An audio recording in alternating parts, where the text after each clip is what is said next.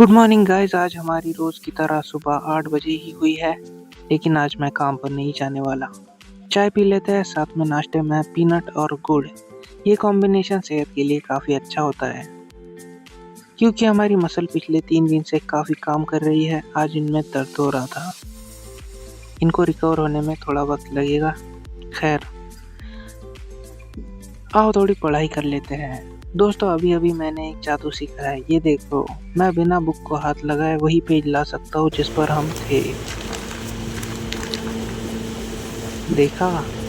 इसके बाद मैंने खाना खाया रोज की तरह 2 बजे, और फिर मेरे शैतानी दिमाग में एक तूफानी आइडिया आया। दरअसल हमारे बाथरूम में लाइट नहीं है, और पिछले 3 दिन से मैं रात को नहा रहा हूँ बाथरूम में टॉर्च ले जाकर। तो आज हम बाथरूम में लाइट लगाएंगे। ये तार एल्यूमिनियम की है, लेकिन पता नहीं टूट क्यों नहीं रहा। शायद ये कोई एल्यूमिनियम का एलॉय है, इसीलिए काफी हार्ड होता है, वरना एल्यूमिनियम सॉफ्ट होता है। फाइनली टूट गया। ये तार बहुत काम आने वाला है। अभी मैं टॉयलेट में हूँ। दरअसल इससे पहले यहाँ बिना पोर्ट वाला ये व्हाइट होल्डर था, जो हमारे प्रोजेक्ट के लिए सही नहीं था, तो हमने इसको 3 पिन होल्डर से एक्सचेंज कर दिया। घर के लाइट को हम ये सिंगल वाला लगा देंगे। ओके, लाइट निकाल लेते हैं, अभी इसकी जरूरत नहीं है। अब हमें इस तार से एक प्रोटोटाइप बनाना पड़ेगा जो इस विंडो में बैठ सके। फर्स्ट अटेम्प्ट फेल हो गया, अब इसको निकालना पड़ेगा। पहले तो ये टूट ही नहीं पाया, उसके बाद बड़ी मुश्किल से बेंड हुआ है। अब इसको फिर से निकालना पड़ेगा। ओके, इसे खिड़की से निकालकर हमने सीधा भी कर लिया है। अब हमें इसको बिना खिड़की में डाले इसका प्रोटोटाइप बनाना पड़ेगा, जो यहाँ ठीक से बैठ सके और लूज ना हो। ये देखो, यही तो हमें चाहिए था। अब इसको खिड़की में लगा देते हैं। थोड़ी तकलीफ हुई इसे फिक्स करने में, क्योंकि हमने इसे बिना मेजरमेंट किए बनाया था, लेकिन फाइनली ये फिक्स हो गया। अब हमें इस होल्डर को थोड़ा आगे लाना है, लेकिन इस वायर को आगे लेने में थोड़ी दिक्कत हो रही है।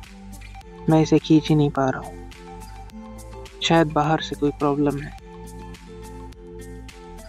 ओके, तो ये देखो, यहाँ से ये कुछ ज्यादा ही झोल खा रहा है। पहले इसको ठीक कर लेते हैं। दोस्तों, वो कहते हैं ना, जहाँ चाह है वहाँ राह है। मैं सोच रहा था इस वायर के झोल को कैसे ठीक करे, तभी मुझे यहाँ एक तार दिखा, और ये देखो, हमारी प्रॉब्लम सॉल्व हो गई। अब इसको थोड़ा आगे लेते हैं, यहाँ पे ये थोड़ा अटक रहा था। अब मेरे ख्याल से कोई दिक्कत नहीं आएगी।